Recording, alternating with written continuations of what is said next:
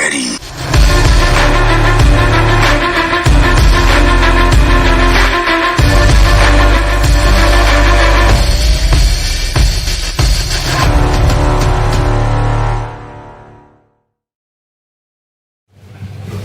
No better walk than this, baby. Oh, man. Special. What a journey, boy. Great journey, man. It's been a while. 7 a.m. One more time. Tee it high, let this fly. Berkeley boys. Berkeley boys. All in dirty. I don't know what to say, really.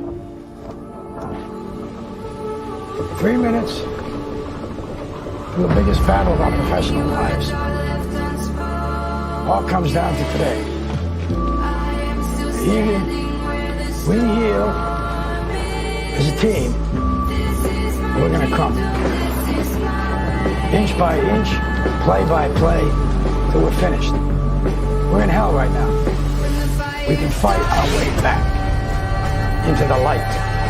We can climb out of hell. 1 inch at a time. What the man you a fight for? Just everything you got today, not because of the scoreboard, but because when this game ends, you have a brother to call for life. Knowing you gave everything you had, and I'm gonna make the play, or I'm gonna watch the play be made. It's simple. Fight your fight. It's our fight to fight. What's up, everybody, and welcome back to another edition of Sports Talk 49 live on BucsReport.com every Monday and Friday at 3 p.m. Of course, there's no winning angle today because there's no game Sunday, but I will have it for you next Friday right here on Sports Talk 49 Bucs Report. Today, we're going to listen to Brady and Arians, their interviews on Buccaneers.com. Super Bowl COVID-19 testing twice a day. Trade destinations for Deshaun Watson. Where do you think he goes? All that right here and more right here on Sports Talk 49 live on Bucs Report. I got comments already. Fire intro. Appreciate that, Christopher Cole. Today we're going to have on, hopefully get on Jonte Green and get on Mike Deeson, a 12-time Emmy Award investigative reporter. And we'll just talk about things and we'll go over what Super Bowl preparations, hear some of the history that he's had and Super Bowls that he's covered and what he thinks about now after being, 18 years since the last Super Bowl 2002-2003 season. And your guys' thoughts and questions and concerns on injuries, matchups with Mahomes and Tom Brady, the defense versus the offense, all that right here on Sports Talk 49. Let me know what you guys think in the comment section. We'll get to you, and I'd love to hear what you guys what your aspect is on it. So first and foremost, let's hear from Bruce Arians and what he's got to say about the upcoming matchup. Well, yeah, I think there's so much that goes into that. There's 21 other guys on your team. You know, if it was a throwing contest, yeah, hell yeah, he'd go get it. But, there's a lot of things that happen in different seasons. And, what Tom has done is historic. But there's no doubt if they could, if there was a player who could do it, it would be Patrick. Yeah, I mean, you can't hit a home run if you're going to swing for one. You can't do anything special in life sitting on a fence. And, the question back then was if there was a quarterback that was a free agent, who would you want? And yeah, of course it was Tom Brady, but not thinking he'd become a free agent. But once he did, it was a pursuit that we wanted to make and knew he had some interest. So, but again, if that's how you live life, I don't know. You sit and live in a closet and try to be safe, or you go have some damn fun. Yeah, I mean, Sean's been playing through a bunch of injuries, and I think, most people don't realize it, but yeah, when you get 3 picks against those guys, you should be playing with a ton of confidence, and he's playing extremely well right now, outside and inside. When you look back in the season? Yeah, it really had nothing to do with what he said on the sideline. It was what we came back and looked at the film, and 11 or 12 penalties, turnovers. It was us beating the hell out of ourselves. And we knew we were a good football team. We couldn't win that way. And the players took it upon themselves to become one of the least penalized teams in the league from then on out. Yeah, when you look at especially pro quarterbacks who've made a pretty good amount of money, coaching is something they look forward to. And I knew having him as a player, and I thought Charlie Batch, Kelly Holcomb, all would have been great coaches. They decided, Kelly said, no, I'm just staying with my family. Charlie had other interests. Byron, it was just a matter of just keep plugging away until he got bored and wanted to do something with his life. And he was very young, so I just kept hammering him. And I think once he got in there for that spring, he realized, yeah, coach, this is what I want to do the rest of my life. No, we ramp it up this week because there's so many obligations with the media next week. You don't want to try to teach your game plan, and we'll ramp it up again next week, but we're getting everything taught. Had a great practice today, and we'll go full speed Friday and Saturday, and then come back and get a full week's work in. But again, all the obligations to the media and everything else, it's different next week. Oh, really, all of it. I think there were two moments: beating the Packers in that first game and letting Jim Irsay take that game ball down to the hospital and give it to Chuck, and then standing on the sidelines in Kansas City and winning that game and going to the playoffs with that very, very, very young team. Yeah, it was such a late bye. I mean, we did most of we do our self-scout every week, but we did a major one, looked at the running game, passing game, everything that we were doing, and simplified some things. But we really started playing really good the second half of that Kansas City game, and built the momentum from then. And then obviously the second half in Atlanta, gaining that confidence, gaining that continuity, and then defensively playing so well in the playoffs and playing good complementary football, taking ball away, scoring touchdowns. So since that time, we've been playing pretty good complementary ball. I didn't know about Gronk's work ethic. It's unbelievable. I mean, he comes in early, stays late, is great, but he's Gronk. So he's got that great personality to go with his work ethic. You knew Tom was a great leader. And with COVID, I don't go in the locker room very much, but those two guys brought something extremely special because they've been there and done it. And when young players see that, they listen. And you see two totally different personalities doing it the same way. Yeah, I think you hit the nail on the head. Great athletes started playing the position, maybe a little bit before that, but most of them weren't good enough basketball players, so they turned to football. And, I think Tony Gonzalez was one of those type guys that started it. But Antonio Gates, really good power forwards that they weren't going to the NBA, so they went to and that's what you're seeing, great athletes playing that position now. Go to Kevin O'Donnell. Hey, Bruce, getting back to that bye week, one of the issues you guys were having in losing 3 of those 4 games was the long ball just wasn't connecting with Tom. I think he missed 24 straight passes over 20 yards. What changed with his game there? Because obviously he's been flat on since that point.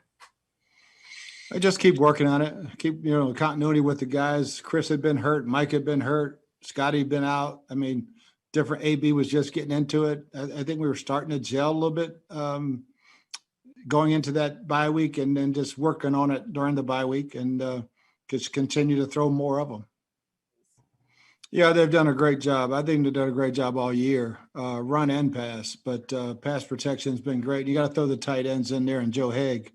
Those guys have done a really good job, and our running backs. So it was, again, a work in progress for a long, long time. And, things just started to click, and little things by little, pieces by pieces. And after the bye week, knock on wood, other than losing Alex Kappa, we've been pretty healthy. So that's really helped. This team? Well, the men are easy. They're my guys, and they're outstanding. They're some of the best coaches I know. The women was by choice. I thought that door needed to be open. They're great teachers. They work their tails off, and they're more than qualified. Really happy to see Sarah calling the ball game, getting to be the first official. But inclusivity and diversity are great ways to teach. I mean, the more input from different types of voices, the better output you get. And so, yeah, we're very, very proud of our staff. And and looking forward to having a great game. Oh, I think light years. I think light years, just the mixture of all those young guys in the secondary, solidifying the front. And again, going into last season, we had to get Shaq back. We had to get Sue back, keeping everybody there, now getting Vita back. But that secondary was the key. Getting guys that could play man-to-man, that were aggressive bump and run type people that could also play zone, rather than soft zone players. So it took a while, but I think Todd has just done a tremendous job, and we've been winning with defense. That's all for today. Thanks, Coach. Thank you, guys. I think he said a lot of critical things there in that little interview that were pretty cool, and had a lot to do with the upcoming game. If you're just tuning in, I'm Blake Anthony. It's Sports Talk 49 live on BucsReport.com. And somebody said in the comment section, just 10 days to go, LFG. Speaking of comments, let's go through it because I'd love to hear from you. And if you're not following me, follow me at Blake Anthony 49 on all the major social media sites. You respond to me, I'll respond back majority of the time. Smilegate, what up? Christopher Gold, yep. Yaj, how do you feel about Carlton Davis? I think it'd be fine. I think you got caught in a scheme that you shouldn't have got caught in, playing single man coverage on Tyreek Hill. Not too many people in the league can do that. He's one of the is the fastest guy in the NFL. And Bucs did a great job shutting him down in the second half and still found a way to bottle him up. So whatever that scheme is, I know they're still going to try to take chances with blitzes. I know they're going to take risks, but you just can't leave yourself exposed. And if Carlton Davis is going to play, if he does have to play on him, he's going to play a little better coverage so he doesn't get beat over the top so quickly.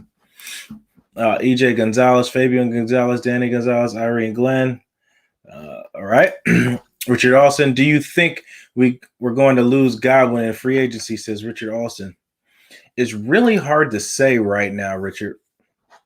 It's really hard to say because it's going to be a lot of moving pieces. You don't know who's going to take a team-friendly contract, who's going to want to move on, who's going to retire. But if you're asking me, are they going to lose him? I think they retain him some way, somehow. Maybe a 5-year or 4-year extension. Smilegate, Brady is actually almost like 46 years old in football years. He's played 44 playoff games, which is almost 3 full seasons. We are witnessing greatness. And he missed the season for a knee injury. So, yeah, I get your point. You're talking about with the amount of games played. Yeah, that's a lot. That's a lot of games versus some people that have missed a lot of games this season. Very good. This Super Bowl has me worried. The Kansas City Lamborghinis are fast, super fast. Yes, they are. What did The Rock call them in the Super Bowl? The Legion of Zoom. And speaking of Zoom, I also got a tape breakdown of my perspective on Sean Murphy-Bunting's 3 interceptions. I think it was noteworthy after his play over the playoffs, and since people have been so critical of him all this season with him, getting beat some plays and things like that. And as I told Deshaun, I said I think he's ailing an injury, and that's why I really thought all year I think he was ailing a groin injury or multiple injuries, because you're giving up technique because of it. Excuse me. And Arians said it best that he has overcome those injuries and now he can play a lot more aggressive. Will Wavy can't Bucs with it. I get it. He's gonna play on word.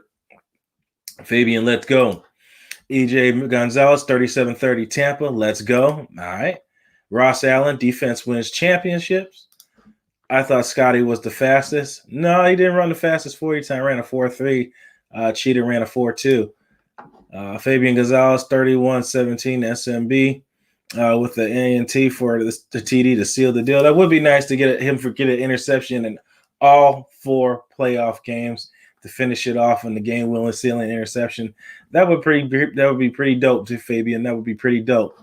You guys talking about SMB? Let's talk about SMB. Let's bring him up and bring him in. Check it out.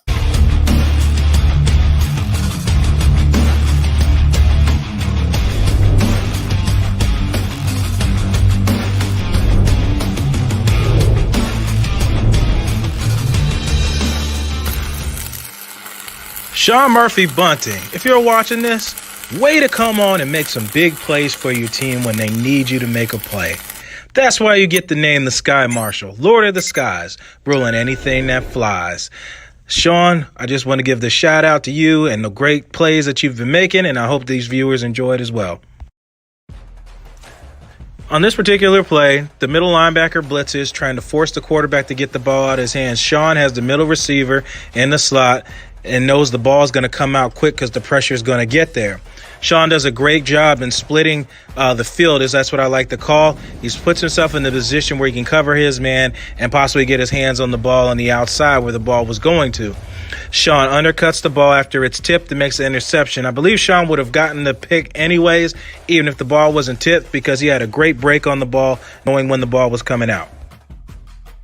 What was great about this play is not only the fact that he's covering Michael Thomas and gets an interception of Drew Brees, it's the internal clock in his head, knowing when the ball's coming out, knowing what defensive call they have, and making a great undercut on the ball and picking it off. Sean knows Michael Thomas is trying to get outside to give Drew Brees an outlet, looks back, locates the ball at its highest point, comes down with the interception, and then you know what the rest. He gets a little nasty with it, giving Michael Thomas a stiff arm, a nice block by Nachos Roaches, and goes down the sideline. I have to give Sean big props on this one. It's probably one of my favorite. As I told you in my breakdown of the Green Bay Packers, they love to throw that slot seam and throw the ball there. Sean has good feel and good notch of when Aaron Rodgers is going to release this ball, because the wide receiver starts up the numbers and then moves back towards inside. Sean, recognizing what the receiver's doing without even seeing the quarterback throw the ball, looks inside, locates the ball, gets an interception, and helps his team. Great job, Sean. Can't wait to see number 4.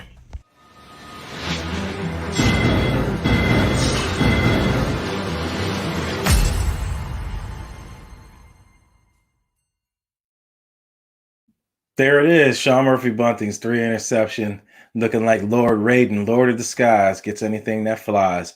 Sean Murphy Bunting, the Sky Marshal, you've played excellent these playoff games, and I'm really happy to see the progression that you've had from your rookie season till now. It is great to see progression, and it's really looking on the upside with Bruce Arians having such a diverse unit of coaches, from former players that he's coached, different genders, Coach Lowe, all these specialty position coaches, and it's really showing that that the development of these players is worth having these guys spend time with these guys and help them move forward with the progressions in their career, because it's really looking like that right now. Helping these guys move and the development with the depth and everything. These guys mentally prepared to step in when there's an injury and all these things. So it's really awesome to see how Bruce Arians has prepared himself to come back out of retirement from dealing with the illness and bringing this coaching staff on and embracing these guys and giving these guys the tools to move forward and help them move forward and progress in their careers. And it's not just helping the careers, to help the team when the team needs them, because the word depth would signify when the Bucs win the Super Bowl, the word depth will be significant at the end of this year, because almost at every given position, just about somebody that's come off the bench has had to come into any game at some type of facet and have some type of impact in this game, and they've all delivered. From Josh Wells to Aaron Stinney, all these guys have had to come in here and help this team get to where they're at. So when this is all said and done, I think a lot of the backup guys and the bench guys should get a lot of credit for what has happened with the season, as well as, you giving credit to Tom Brady and the coaching staff and all these guys, because I think all of those guys play an essential role to where the Tampa Bay Buccaneers have gotten now to playing in the Super Bowl. I was going to go to some of these comments here. Wishing B, laughing, Smilegate at him being 46-year-old in football years, maybe even 50. That's funny. Raul, Belichick going to be jealous as hell. Gonna. I would say is. What would you say, Raul? Wishing. They're starting to call Brady old. when he was 29 years old. By the time he was 36, the press was crying out for him to retire. A lot of people don't believe that the press has narratives and all these things, but he's right. Some of the things that they say and that they promote makes you think that they do have narratives. So it's really tough. It's really tough to tell what they're really thinking in these situations. And you know what? Since we're talking about Brady so much, why don't we just hear what he's got to say with these upcoming matchups? Check it out. They're doing great. So I think that's the best part about all of it is they came through it. And, I think one thing as you get older as, an athlete, one thing for, me experiencing, a lot of different things over the course of my career is, there's a lot of family things that take place. And, in my situation, it could be my parents, but also I have kids and, so just, it's just a lot of things that happen in your life. Like all of us, as you get older, there's more that you take on. So, I still obviously love, going out there and competing, but on the other side of that, there's a lot of family things that are very important to me. And certainly the health of my parents is very important. And although I was far away, I had 3 sisters who were, doing everything they could to help at the time too. So I'll be very excited to certainly know my parents will be in the stands for the game on Sunday. They only made it to 1 game this year. It wasn't a very good outcome. The Saints game at home, which was pretty rough for all of us, but I'll have a full contingent, all coming in on, I think, Saturday afternoon and ready to watch the game and cheer us on. Yeah, I think, from the moment that I really met him, and obviously I'd known about BA, over the course of a lot of years. He's, a coach who's been in the league a while, but, he came and commentated for, I think, 1 or 2 of our games when he was doing that. And then, got to meet him and speak to him really during free agency. And then, the whole pandemic and so forth is kind of still ongoing. It's very difficult to develop, real relationship because we're just didn't have the opportunity through OTAs and so forth to communicate. But we did speak on Zoom and with the captains at one point. We got I think a couple rounds of golf in, which was a lot of fun. And and just to understand his personality, understand his background, and I had seen his football life. I had seen a lot of other things that kind of that have been broadcast and so forth. But he's a great man. He's a great leader. He's a great person. He's a great friend. He's very loyal. He's just got a great way about communicating effectively with everybody around here, and everybody has a great affection for him for the person he is. There's nobody that ever would say anything bad about BA. He's so endearing to everybody, and I think everyone wants to win for him. And I think that's what coach, what you want to do for a coach is you want to get out there and you want to win for him. And he puts a lot into it, expects a lot out of it. It's high expectations for us every day of practice, and just really excited for him to be recognized in the way that he is. I know he's 2-time coach of the year, but just done an amazing job this year with the team and really adverse situations, and just, love playing for him. I'd like to think that I wasn't that much of a chance after a lot of years. I think I had a great, and becoming a free agent and then have an opportunity to continue my playing career. So, I love the opportunity that presented itself here, which is ultimately why I chose here, was because I really love the coaching staff.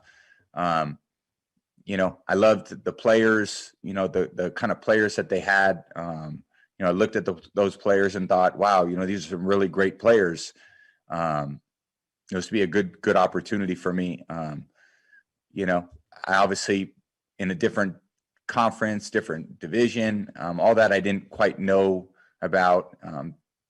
So in the end, I just made a lot of different choices, and I want to revisit them all, but I'm pretty detailed and thorough. I went through a process of decisions and thinking about everything that really was mattered to me in some way, in one form or another. Obviously, a lot of family considerations. My son lives in New York, and I didn't want to be too far from him.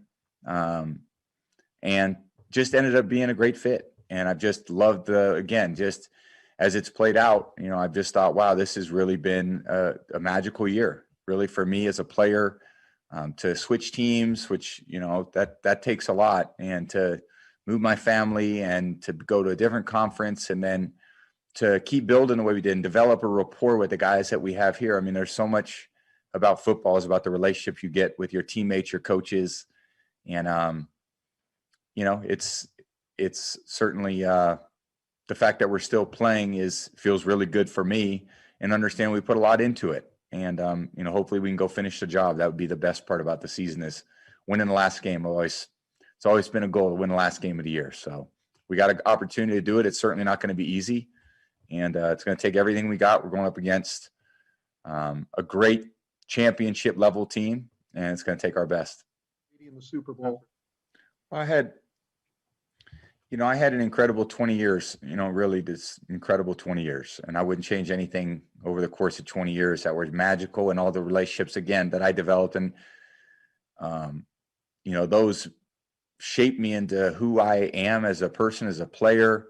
My kids were born in Boston. I have great affection for the city, everything that Boston has meant to me and my family, and all of New England, not just Boston. I didn't even know where New England was when I got picked by New England. That was always a funny story. They called me and they said, "Oh, you've been picked by New England." And I was like, "That's amazing. Where's New England?" And landed in Providence, which really screwed me up because that's not even in Massachusetts. So, it was a great 20 years. And at the end of the day, I had an opportunity to, again, become a free agent. I evaluated different opportunities and just tried to make the best possible decision for myself and my family, and chose Tampa. And it's just been an amazing experience. The only thing that's been difficult, again, is, just haven't been able to meet. There's a lot of people in here that I just have never really got a chance to get to know. I mean, certain players on defense that I just don't know very well. We're not able to be together in certain rooms. We're not able to eat together. We're not able to travel well. We don't get the normal camaraderie that you have on a normal team. So under the circumstances, we're all doing the best we could do. And, it's been a tricky year in that sense. But, again, just going to try to go do my best like I always do to try to finish the job this coming week. No, experience doesn't matter. Playing well matters. The team that wins is not going to be the most experienced team. It's going to be the team that plays the best. So we got to prepare the best. We got to execute the best. We got to perform the best under pressure. And if we do that, we'll be champions. And if we don't, we won't be. that's all for today. Thanks, Tom. Appreciate it. It's never all for the day. And thank you, Tom. And speaking of, you got to be the best, practice the best. I have some of the best, one of the best, 12-time Emmy winning investigative reporter of the best, Mike Deeson, waiting right down here in the lobby. So without further ado, I won't keep you waiting. He also is the author of Bad News for You is Good News for Me. Or is it good news for everybody? Is it? So let's bring him on here and give him a quick little intro. For 35 years, I've been fighting for what's right, and I never get tired of it. But my other passion is country music. I've written more than 500 songs about love, heartbreak, people with nothing left to lose. I've done maybe 10,000 reports, and each one of those stories is just like my songs. And after 4 decades, I've still got a couple of tunes left in me.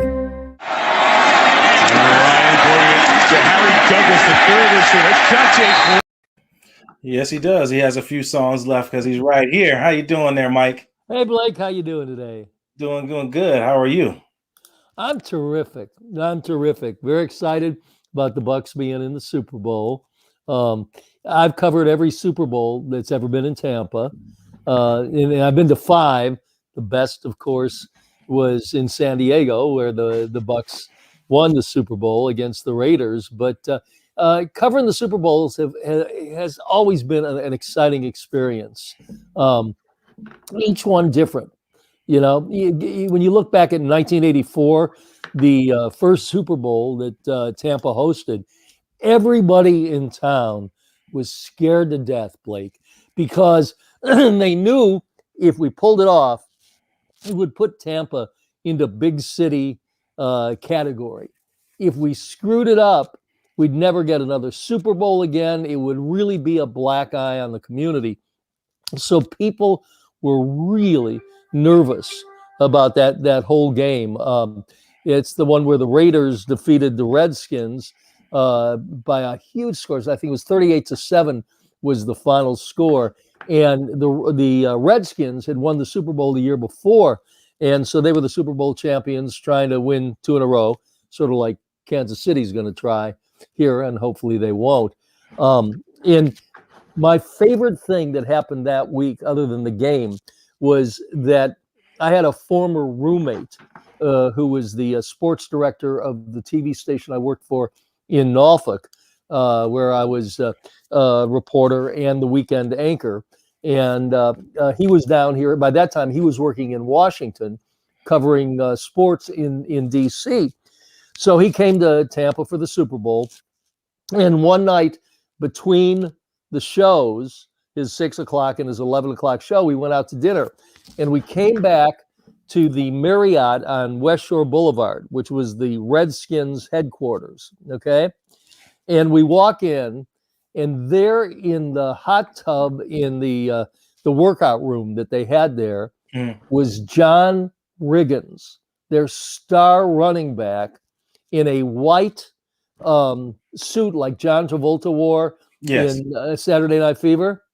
But he was passed out in the hot tub like that. And I turned to my friend and I said, I think the Skins are having a little bit too much fun here.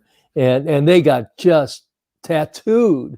However, Riggins, who was a notorious drinker, I don't know if you know the story, he was at a thing in D.C. where Papa Bush, George Bush, was speaking, and he was sitting at a table with Sandra Day O'Connor, the Supreme Court Justice, first female Supreme Court Justice. And he was so drunk, he fell on the floor out of his chair, passed out on the floor. Sandra Day O'Connor shook him a little bit, and he looked up at her and he went, "Lighten up, Sandy," and fell back asleep and snored through the president's speech. But anyway, during the game, he was the Redskins' leading ground gainer. He scored the Redskins' only touchdown. So apparently the partying didn't affect him because he was used to it. But I think the rest of the team just, they were terrible. Just terrible. And that's always crazy. Those guys come here to Florida and they want to have a great time, enjoy the weather, the festivities, the women, or whatever they find that whatever tickles their fancy, we'll just say. They come down here because there's a whole lot of distractions in Florida. That's why it's always tough for teams, for this organization or any Florida team, to look at what players they're drafting, because the distractions here in Florida are monumental.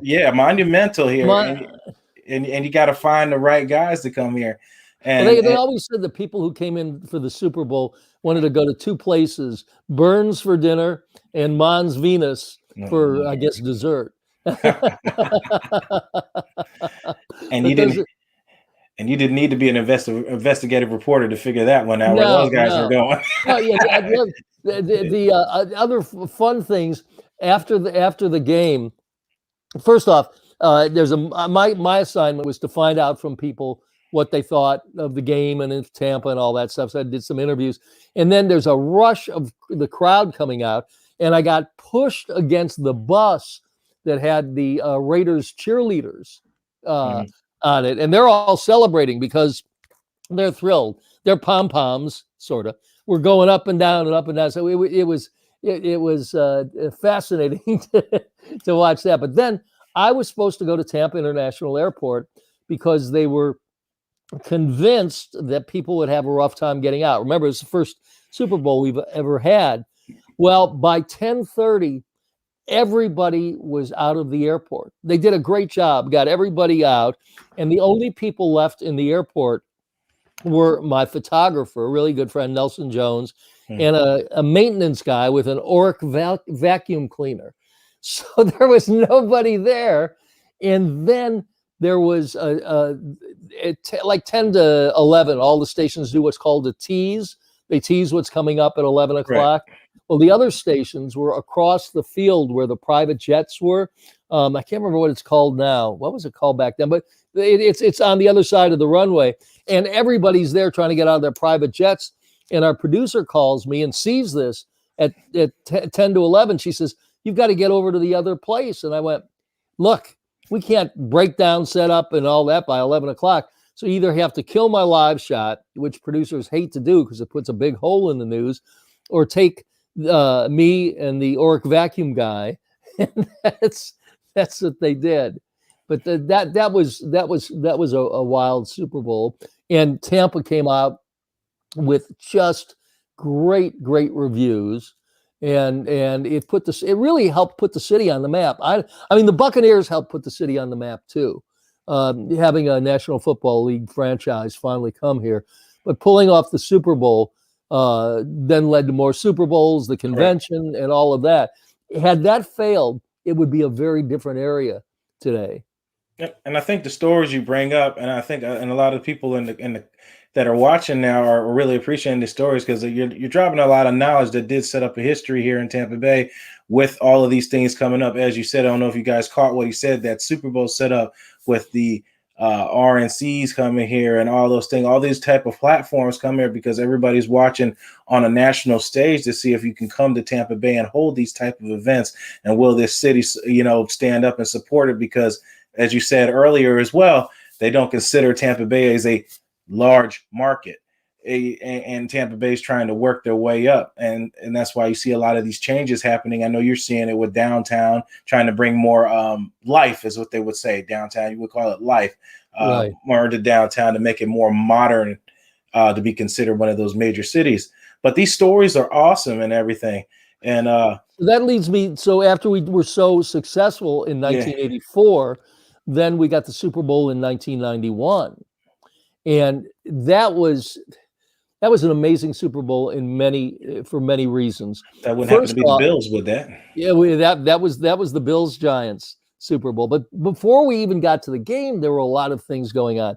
First off, the NFL was going to combine Super Bowl with Gasparilla. Okay, Super Bowl. Gasparilla is the parade. That's what I mean, like Gasper Super Bowl, Super Bowl Rilla. Yeah.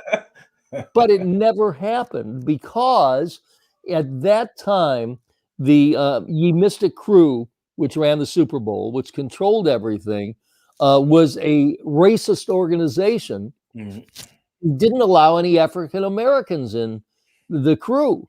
Well, when the NFL found out about this, they went, "We can't sponsor an event that is a segregationist event." So they canceled it.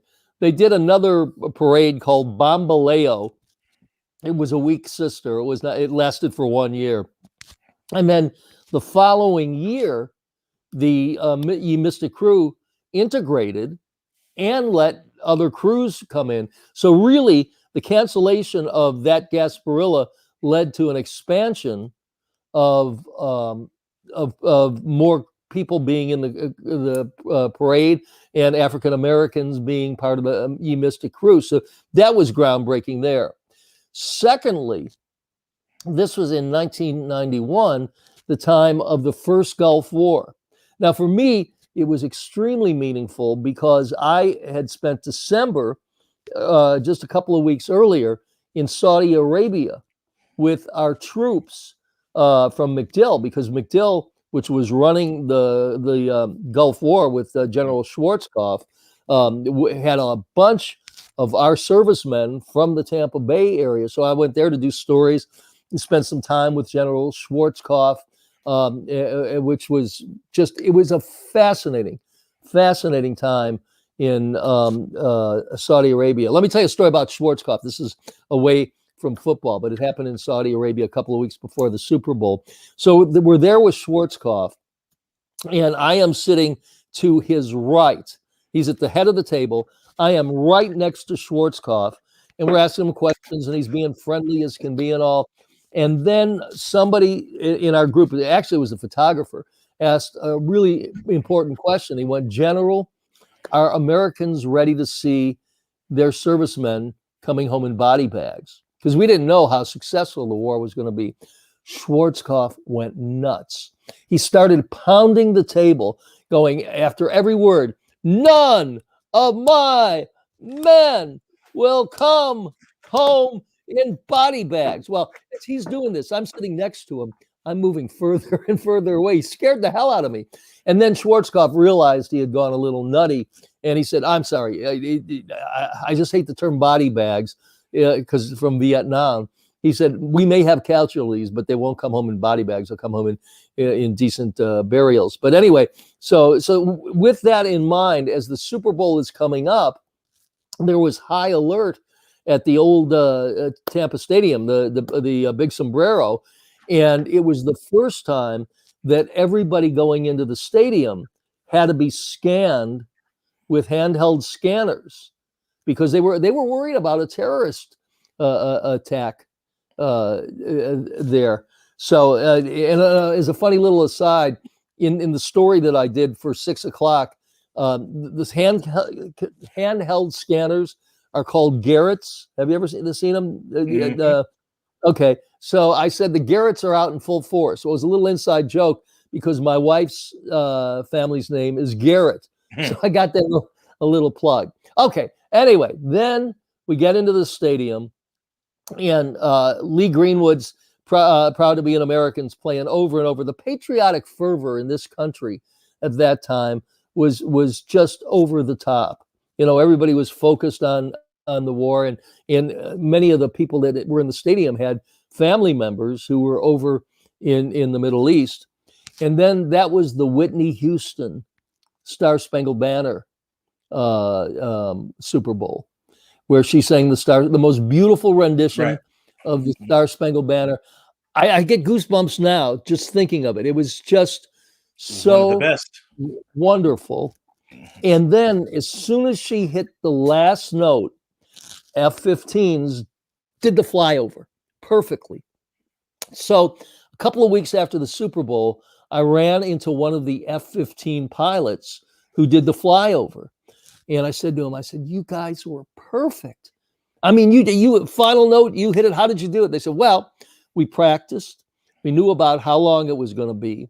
But our commander was in the press box on a two-way singing in our ears along with Whitney Houston. And he said he sang so poorly that we had problems keeping from laughing, keeping the jets straight in it. So now, okay, then we get to the game, the Giants versus the Bills. It's halftime, and I had what was called an all stadium pass, except for the press box. You know, you have all this out of town press and all that stuff. So I couldn't go in the press box, but I could go anywhere in the stadium that I wanted to. And it's halftime. I had to go to the bathroom. So I go to the bathroom in Tampa Stadium, and people are lined up. I hate to say this, but this is true. Stories in my book. It was so crowded in there. People were lined up to pee in the sink. It was disgusting. I decided I would wait till after halftime. So then we get back to the football game, and we're coming down to the end, and Scott Norwood, the kicker for the Bills, has like a 30, 35, it's almost a chip shot field goal to win it for the Bills. And in the famous words of Gene Deckerhoff, who has done it many times for the Seminoles, the kick was wide right. It was a heartbreaker for the Bills. It really was. You know, I felt bad for them and for Marv Levy, who I think is a terrific coach and had but he was at 4 Super Bowls and never won.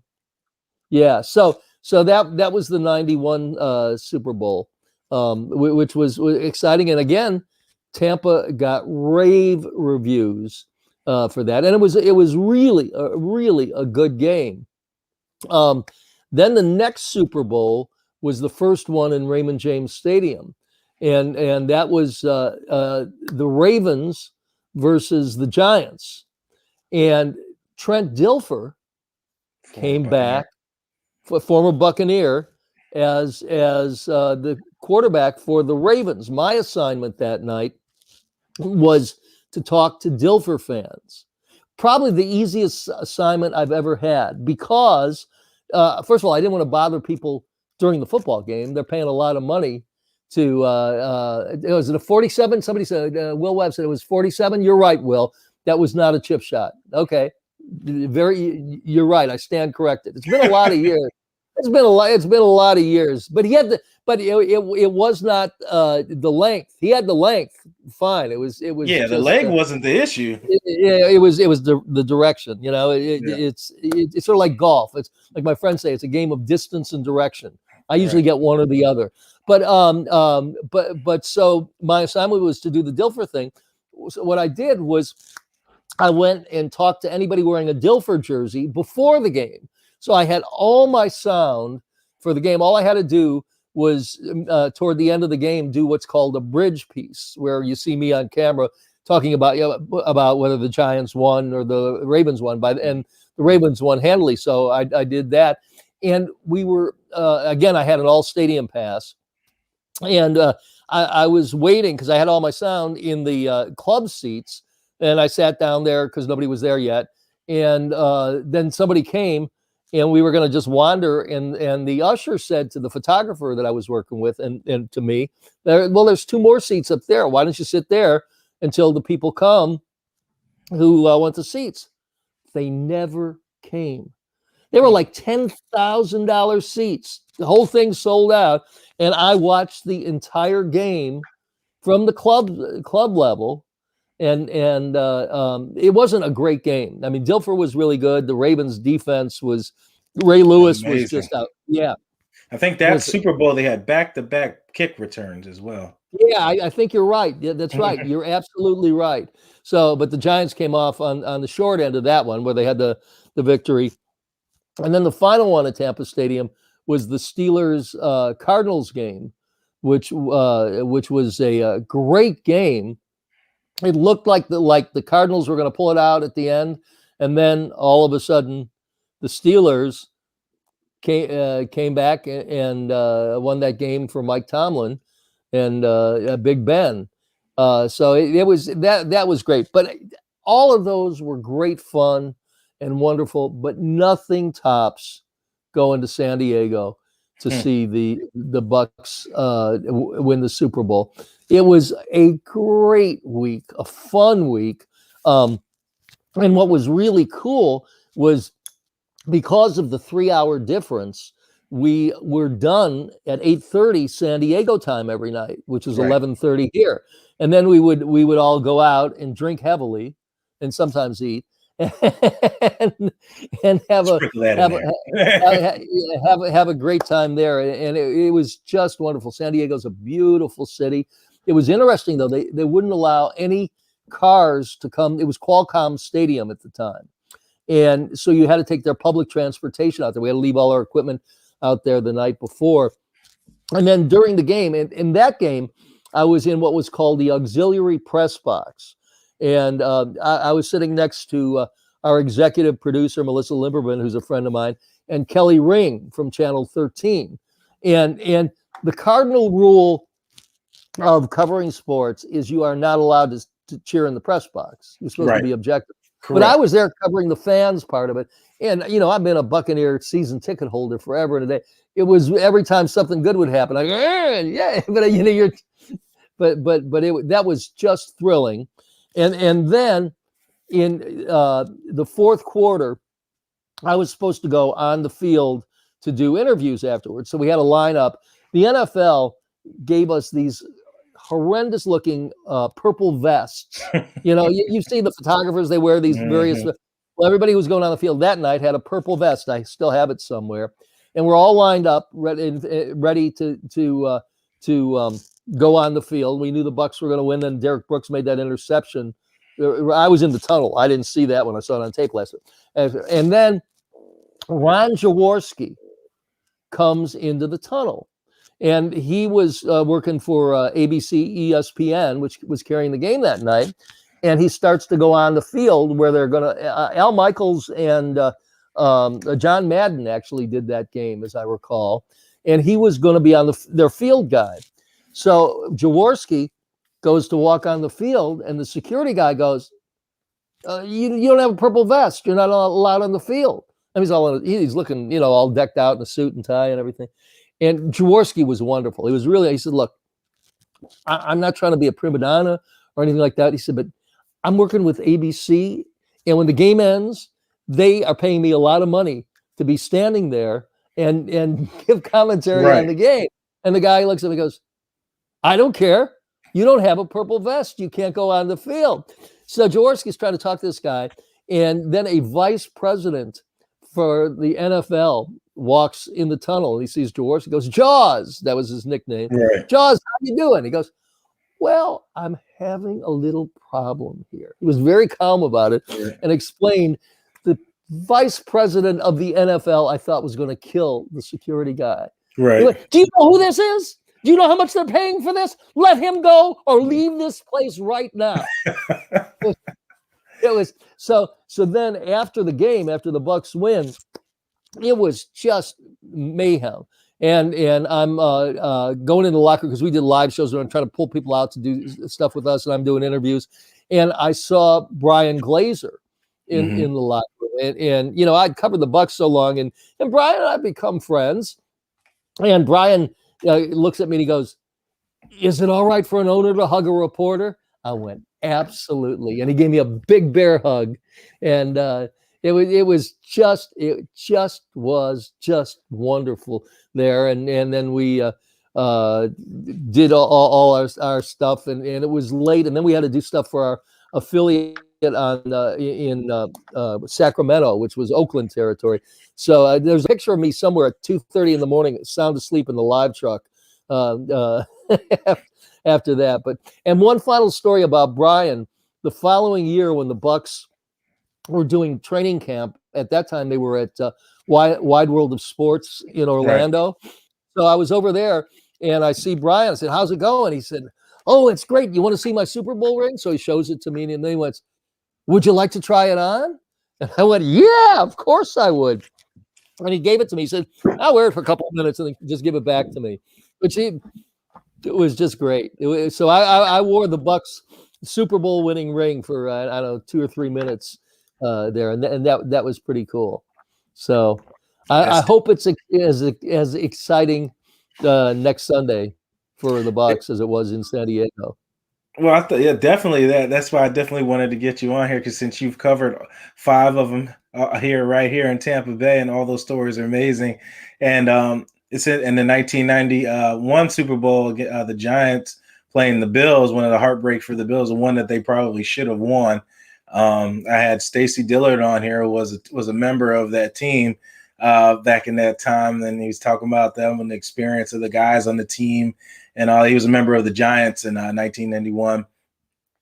So he's talking about all that experience and all that stuff going on. So it's always good to hear other people's perspectives, you being a media member, him as a player, and, everybody's different interactions of how that time was going in Tampa Bay. And I'm sure there'll be much more stories here, especially it's a different, I guess, climate, I would say, with dealing with COVID and dealing with limited media access, all virtual meetings and things like that. Like this next week, when there's media week, should be interesting to see how that goes, that all these media members can't be up close and personal with players and things like that.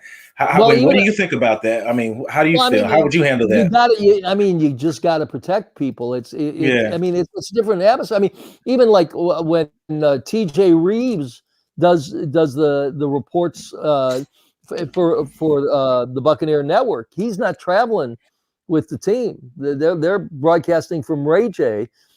Everybody's had to put in differing things to protect ourselves. We're in this is not normal times.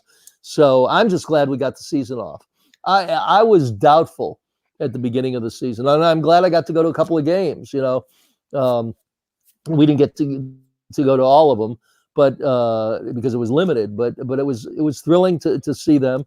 What a year when you consider that Tom Brady came here and then we couldn't go to the games. It was just like, You got to be kidding me. So I would love. but I would love.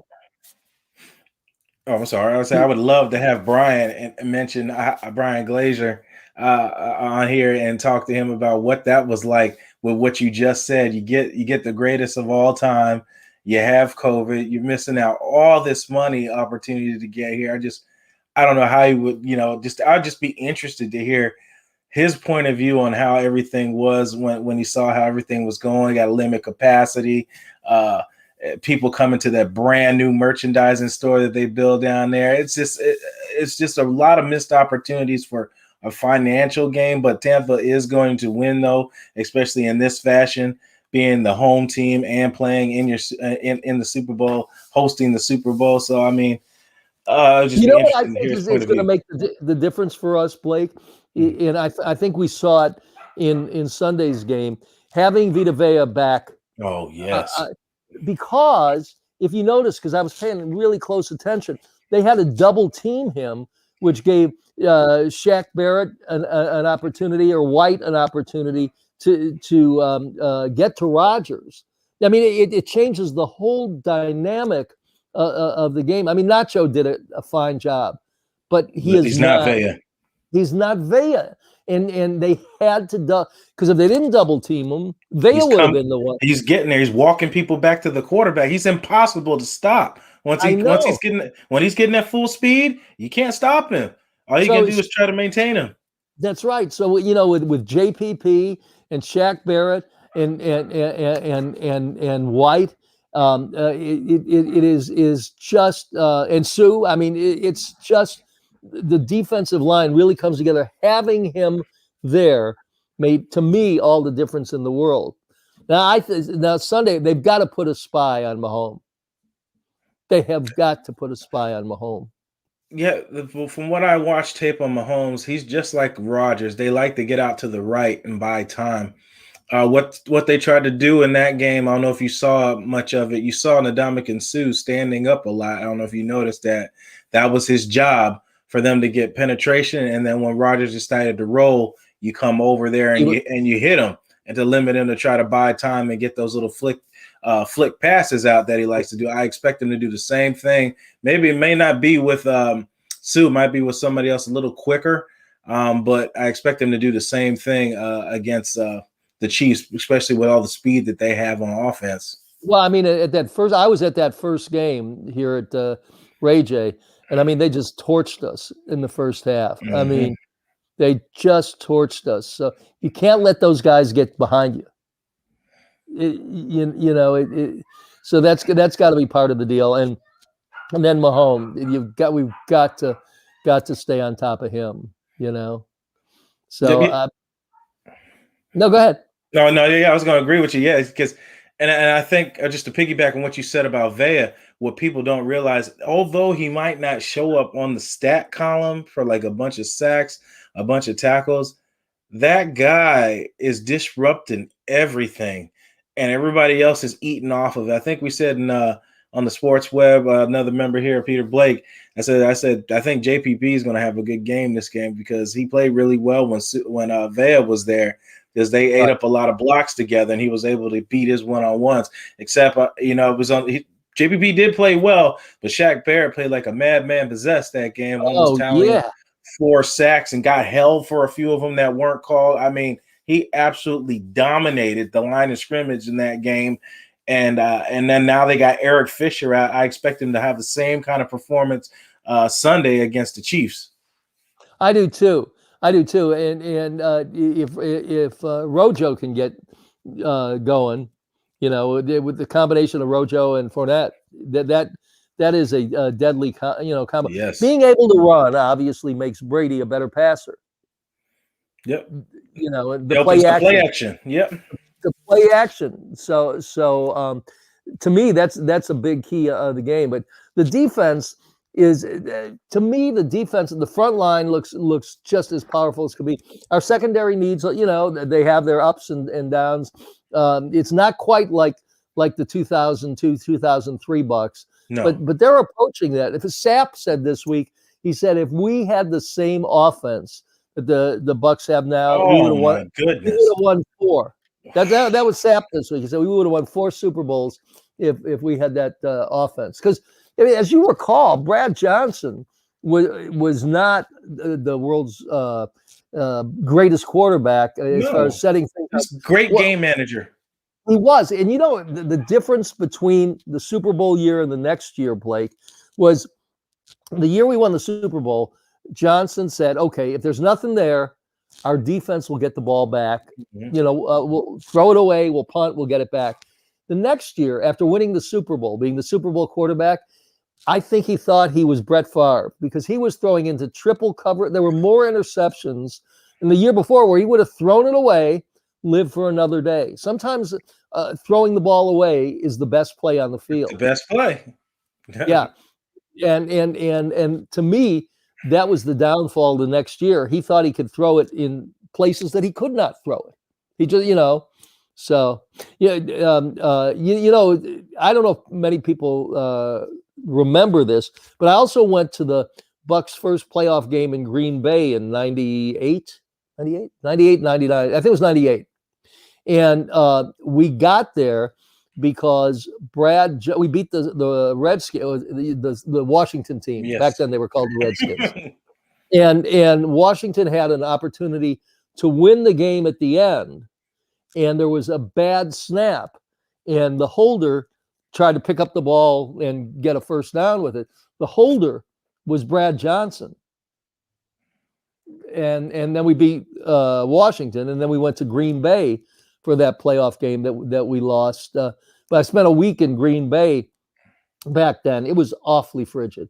It was awfully, but it was great. Before the game, I was also able to get in the press box for that one. But I stood on the field as long as I could, feeling the frozen tundra of Lambeau Field. That was a really exciting moment as well. That's a historical field. Anytime you can get places like there, Soldier Field and places like that, you just feel the essence of football when you're there, and you feel some just history. The first thing that comes to mind is Tom Landry, and you know the Lombardi Trophy naming after. I mean, not Tom Landry, but Vince Lombardi and the Lombardi Trophy named after him. It's just such a historical thing being there in Green Bay, Wisconsin, and the Tampa Bay Buccaneers came out there, a Florida team flying to a cold state, and absolutely they look like they were the ones that played and practiced in that weather rather than Green Bay coming out to a very slow start with some turnovers and not looking like they had much continuity. No, they didn't. They really did seem off. But you know, you were talking about Soldier Field. I was at Soldier Field. Was it last year or 2 years ago? When Winston had that just terrible game and where the defense that led to Mike Smith getting fired. It was long overdue anyway, but yes. Yeah. but when I was a kid, because I grew up in the Chicago area, the Bears played at Wrigley Field, not Soldier Field. Right. And it was really weird because they would play from the first base line to left field.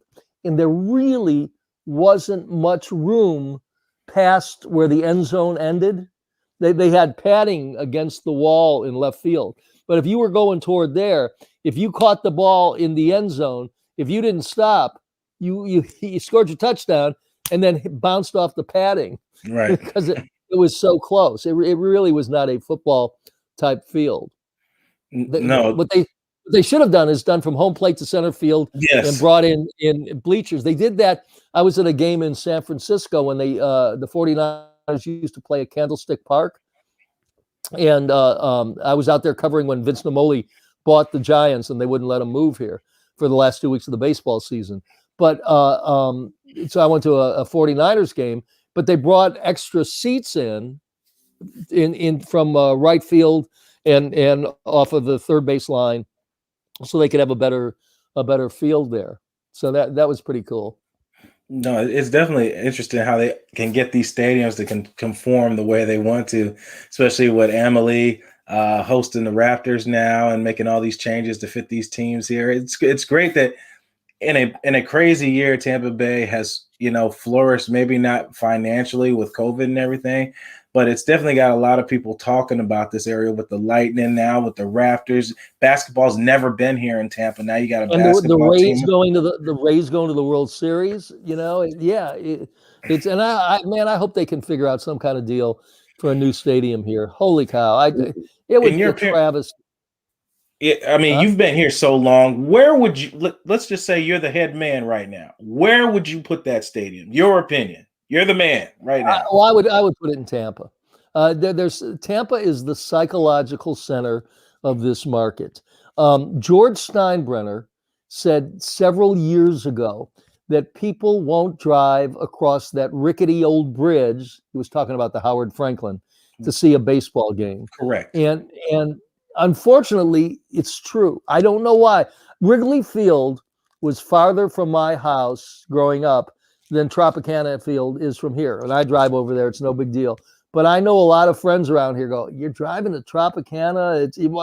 The best place is in Tampa. Actually, the ideal place, and they had talked about it, would be where Jefferson High School is, and to rebuild Jefferson High School someplace else. That would be great, because from the West, the West Shore Business District is actually bigger than downtown.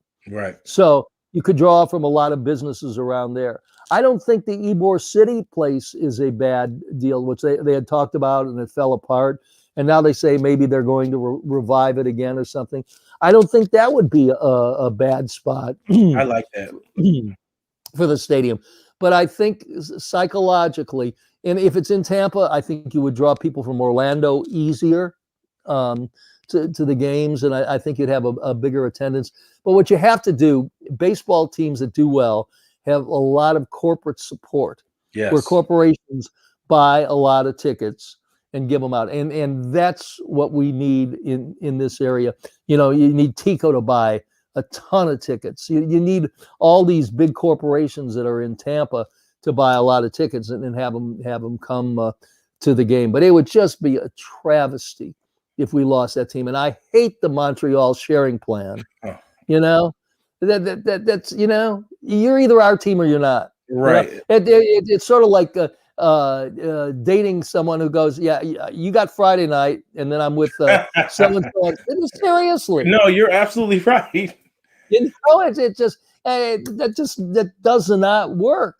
So I don't know. I hope they work it out. It looks like, from what we've seen this week, that the Trop site is not going to happen. Kreisman is batting heads with everybody in the Rays. So there's a new mayor that's going to be elected in like 8 months there. But I still think Tampa may surprise folks and come out of the blue somewhere and have it. And another great spot, I mean, they couldn't do it, would be where George Steinbrenner Field is. Where the Tampa Yankees right there.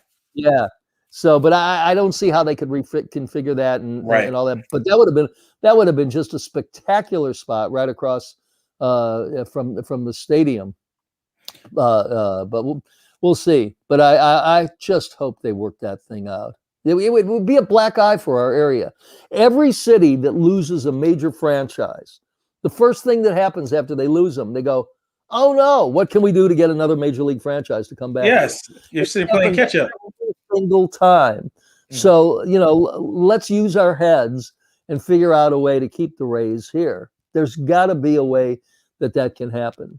Well, I believe he needs to take some tips from the Finnick family on how to run an organization and market your team properly and get that huge fan support that the Lightning get over there, and try to share some of that with the Rays. But you're absolutely right. I believe, look, you've been around a lot longer than me. You've seen all these things. You've interviewed all these people. What's the one major thing? It's location is one of the major things. Location means a lot. Then you got to have a lot of marketing, and then get your fan and your business support. Like you said, getting businesses behind it is a big key as well, as long with the fans, because those go hand in hand. Your businesses buy tickets just like the fans do.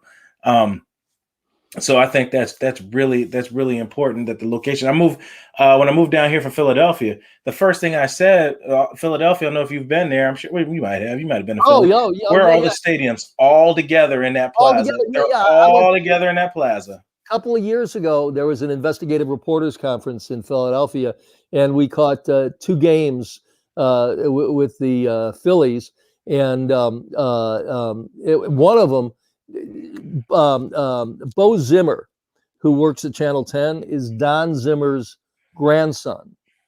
And Bo's dad, he might have retired, but I was a scout for the Giants.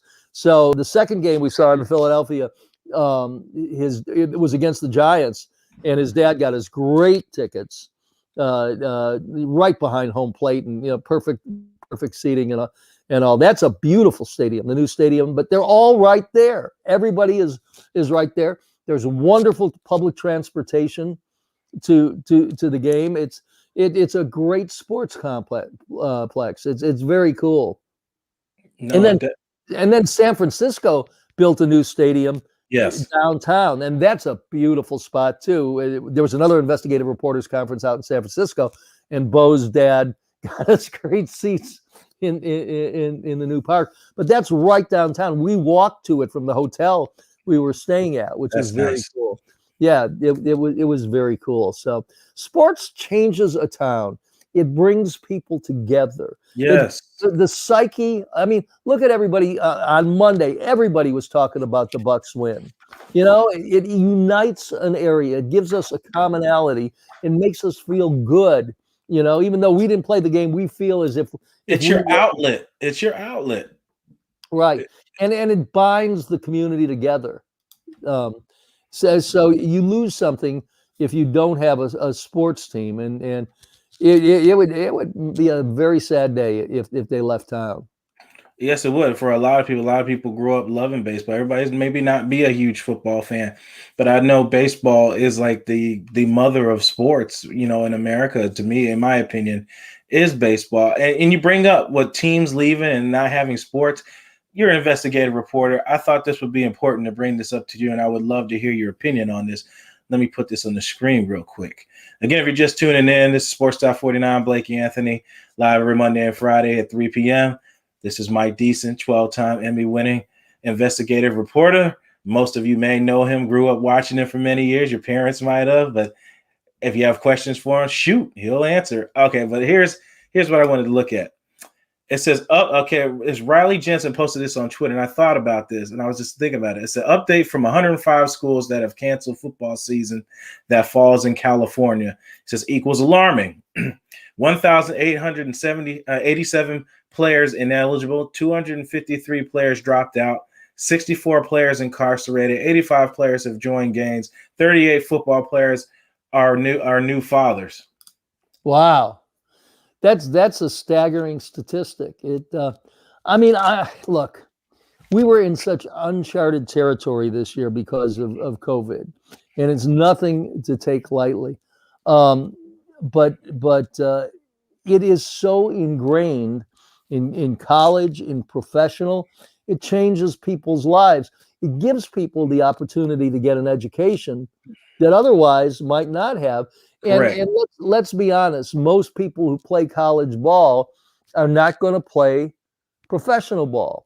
And even the people that play professional ball, the average NFL career is 3.5 years. Correct. I mean, the Bradys, the Breezes, the Rodgers, those are exceptions to the rule. The NFL stands for not for long. And so the guys, and they make a lot of money, but a lot of them unfortunately blow it. But they need to do something else with their lives. After they've got to look beyond football. The smart players look beyond football and have to figure out what they're going to do next. And having a college education clearly makes a difference. So it opens up all sorts of opportunities for them. So it's and that's like one of the reasons I really admire Shaq O'Neal is that he promised his mother that he would finish college because he signed before he graduated. And then not only did he finish college, he went back, he got a PhD Dr. O'Neill. At Barry University on the east coast of Florida. I mean, it's a legitimate degree in education, not one of these honorary things. He realized, even with all the money he made, the importance of education. So I have a great deal of respect for him just because of that. One of my favorite players of all time. That was Shaquille O'Neal. Didn't spend an NBA check his whole career. He just lived off his endorsements. That's right. And I believe when you watch the 30 for 30 on Shaquille O'Neal, when he told his mother he wanted to leave for the draft his freshman year, she tossed her checkbook at him and told her, "Here you go. Go ahead and manage that for me." Well, I don't know how to. Your butt needs to stay in college then. You don't need to be going anywhere. So you're about to go handle millions of dollars and you can't manage my book. What you going to do with all that? That's right. Right.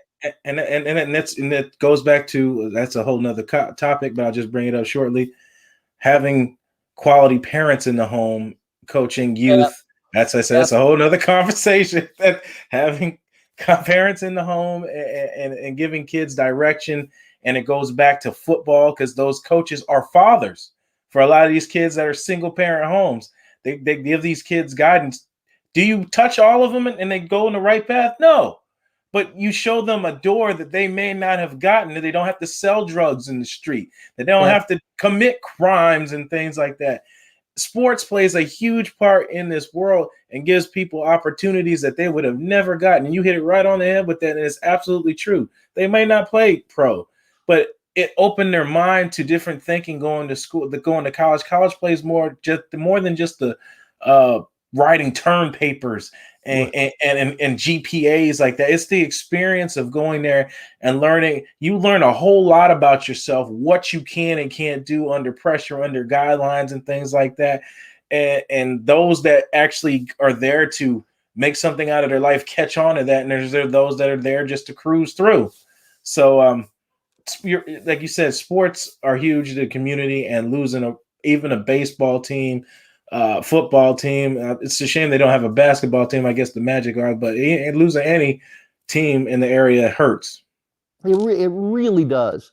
I think some people don't appreciate how important it is until it's gone. So. Hopefully things will work out for them, but man, they have worked out for the Bucs this year, I'm just thrilled. Let me say one other thing about the Glazers. A lot of people thought that the Glazers didn't care, about the Bucs because of where it was cheap. Yeah, let me tell you something. I would run into Brian Glazer in Publix sometimes, and we would chat. I mean, I think he's a good guy. I really do. So I really like Brian. I'm closer with him than I am Joel, and I don't know their older brother or their younger brother at all. But we would chat, and if the Bucs had won the game, he was sky high, and we'd stand in the aisle, talk about it and everything. And if they had lost the previous week, we would talk about it. It would kill him. It would really kill him. I know for sure that Brian really wants the Bucs to win and wanted the Bucs to win, even in the bad times and all. And we had some bad times. Oh God, there's some bad times. Dirk Cutter was not. And Raheem, who it just had some clear problems in you can't be friend. You can be friendly. Partying with him. That's right. You've got to be the coach. It's so yeah. It was tough. In retrospect, they probably never should have fired Gruden. Mm-hmm.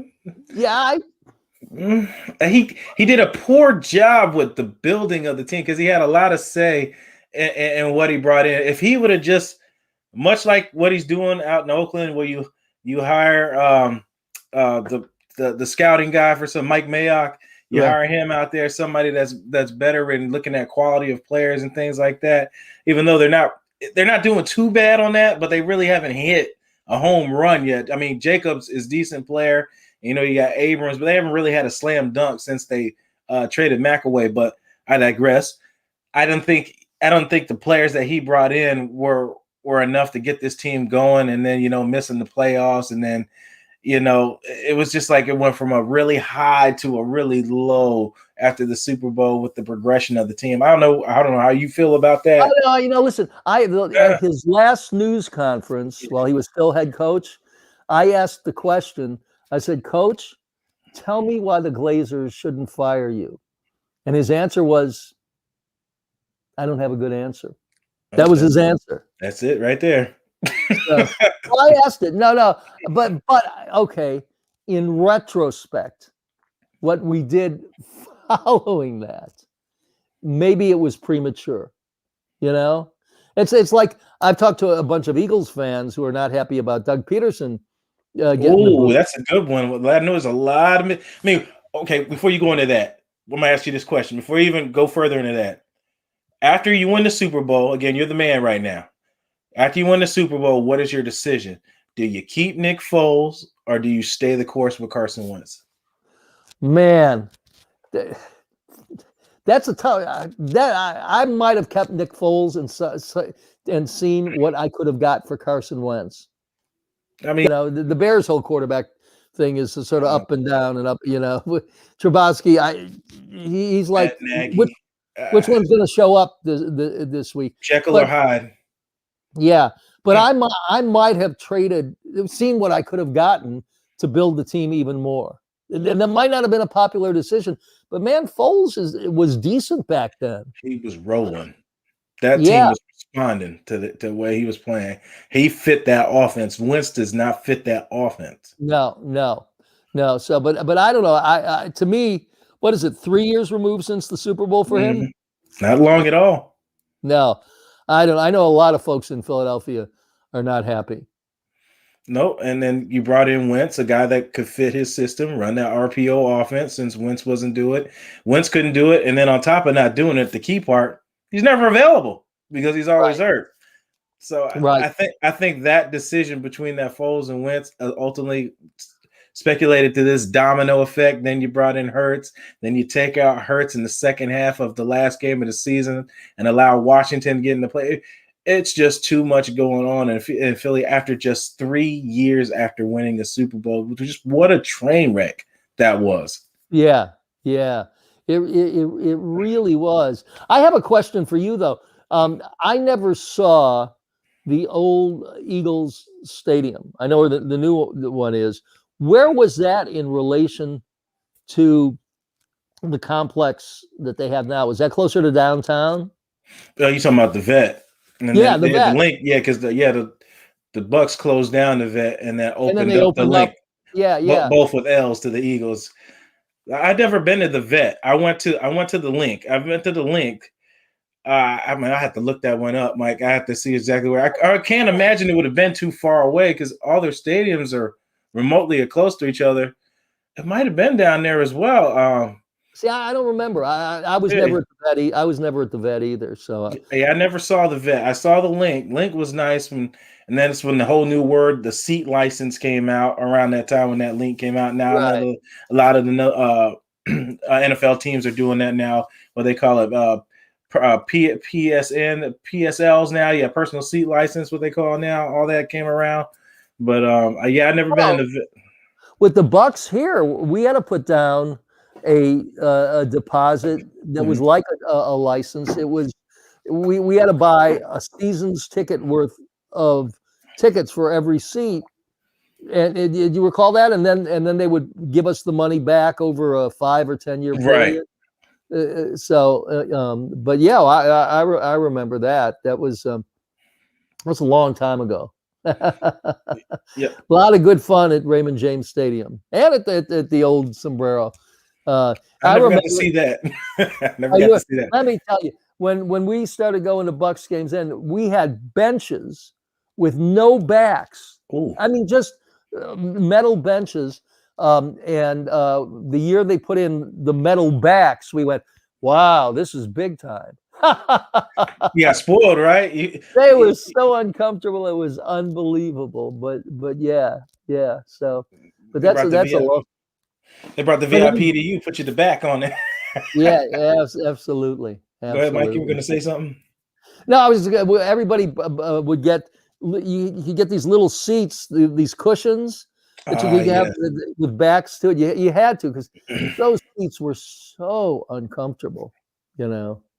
And then you're sitting out there in 100-degree heat on a metal bench. It sounds like a mess. Maybe it was better I didn't see a sombrero, but yeah. it was better. The best that I didn't see it, but I've seen the photos, and I kind of like the way it was set up. But I do like Ray J. I love the whole pirate ship theme and the way things are, and then they're doing more renovations to the building and all that. So I just like the way everything's progressing. I just hope, the team keeps moving forward, even after Brady, with the success having it here, and these fans getting to enjoy playoff football and Super Bowl, let alone just the playoffs. So it's a great experience right now. And like you said earlier, it's all the Tampa teams. All the Tampa teams have now reached championships. Every team in Tampa Bay, all the major teams have reached it there, and Lightning have been the only one to pull one home so far. So you see if the Tampa Bay Buccaneers can do it as well.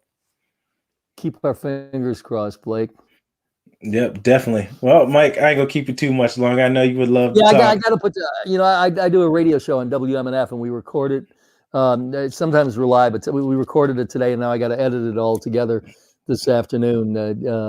We do the recorded part with my co-host, and then I edit it together, and somehow it all comes together. Somehow, some way it gets pasted together. Who knows? But Mike, make sure to go plug yourself in. Tell everybody about your book, as I mentioned earlier, and also the movies you got going on. Okay, let me do it real quick. This is my book. Bad News for You is Good News for Me. It's available on Amazon. It's got a lot of stories, of investigative stories, but it also has the stories about one of them is called Birthing Baseball in Tampa Bay, and it's all about how we got the Rays. I have stories about the Bucs and the sale of the Bucs, and I have stories of all the Super Bowls that took place in Tampa Bay, and the Super Bowl out in San Diego, and just a bunch of stories. I was in the middle of a Ku Klux Klan riot, which is a pretty good tale. There's the story about going to Saudi Arabia and Schwarzkopf and Frank Regano, who is the attorney to the mob. So I think a lot of really good stories, and it will be out on Audible soon. I just finished recording the Audible version of it, but hasn't come out. And then the other thing that I've been working on for the past 2 years is a documentary called Broken. It's about elephants being abused in circuses. And it's an hour and 20-minute film that took me all around the country. And I'm real proud of it. And I'm not exactly sure where it's going to play. We're working on some deals, talking to Netflix and some of the other cable franchise to see where we can place that. But, even though I retired from Channel 10 4 years ago, I suck at retirement. and then the one final other project, I'm starting to work on a musical with, I write music as well. I don't know if many people know that, but I do, with a friend of mine who's a playwright, and we're using a bunch of my songs and we're putting together a musical. So I keep busy all the time. You rush to retirement just to keep on working, right? Well, the cool thing is I only do projects I want to do. Yeah, I'm very fortunate. I don't do projects I don't want to do. This is my favorite story, pay you more.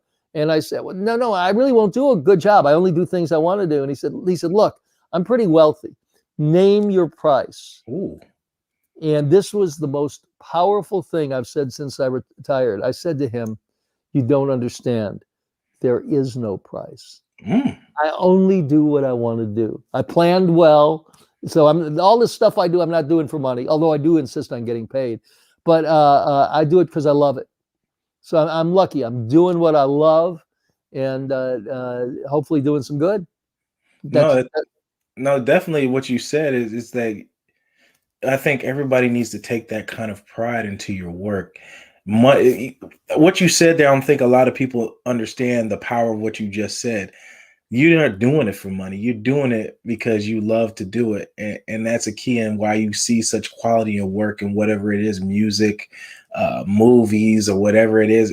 You can tell the people that are doing it that have a dollar amount on something versus somebody that put their soul into the work. And you could definitely tell the difference between the two. because what you're putting into that is more than money. And I know everything is about getting paid, getting compensated, and all that stuff. But at the end of the day, it's what you really love to do and what you want to put out. Absolutely. I've never worked a day in my life. I've put in a lot of hours, and it was hard work, but I loved every minute of it and still am. So I am a blessed individual. Yeah, and you've done a great service to many people right here in the Tampa Bay area and Pinellas County and Hillsborough County and everybody in this area for a very long time. And they've treated you well as you've treated them. Well, I consider you a good friend. I am honored to be on your show. You're doing a great job. And I hope you have continued success in as long a career as I've had in doing this, because obviously you're doing what you love in doing this as well. So I admire you, Blake. I appreciate it. Just try to be great each day and learn new different things from people who know a lot more than me.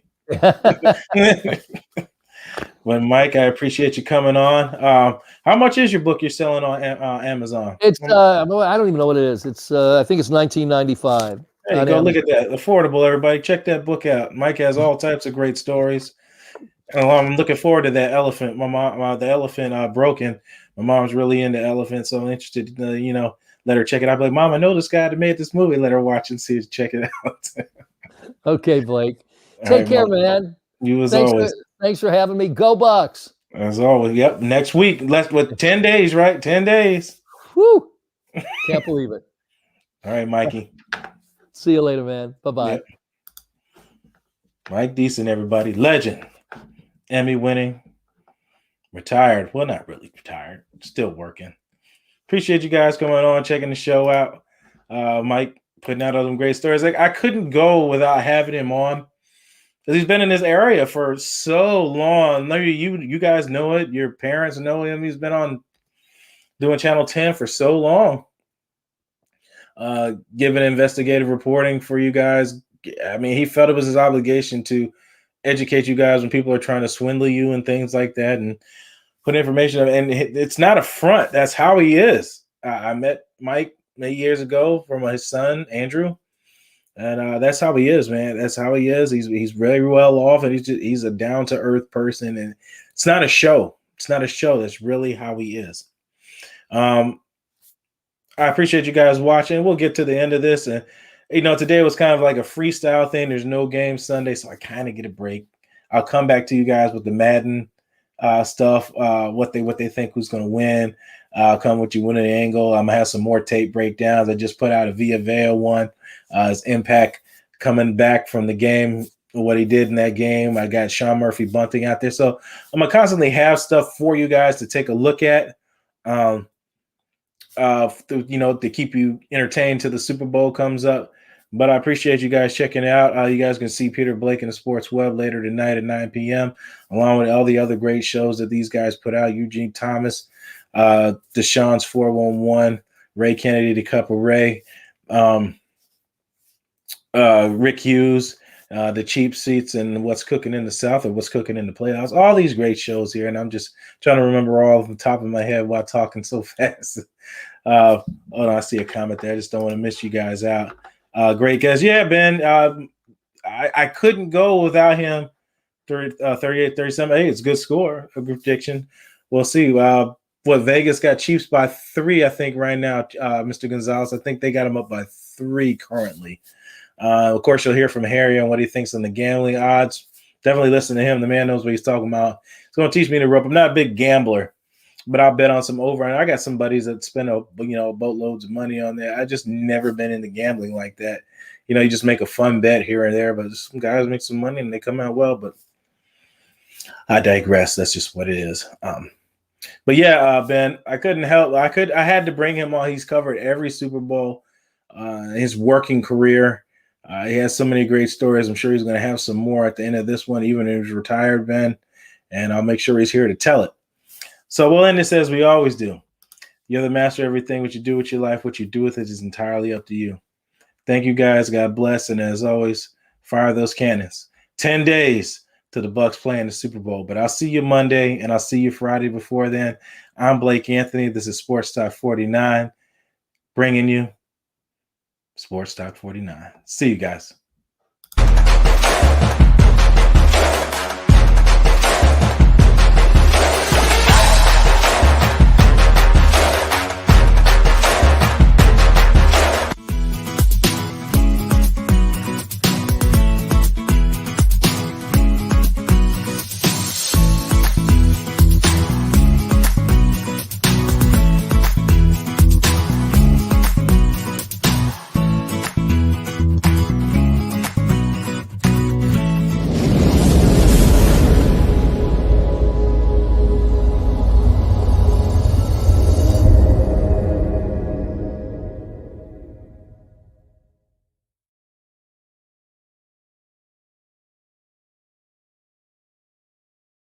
I don't know what to say, really. 3 minutes to the biggest battle of our professional lives. All comes down to today. Either we heal as a team, we're gonna crumble. Inch by inch, play by play, till we're finished. We're in hell right now. We can fight our way back into the light. We can climb out of hell. 1 inch at a time. What the man you a fight for? Just everything you got today. Not because of the Super Bowl, but because when this game ends, you have a brother to call for life. Knowing you gave everything you had. And I'm gonna make the play or I'm gonna watch the play be made. It's simple. Fight your fight. It's our fight to fight.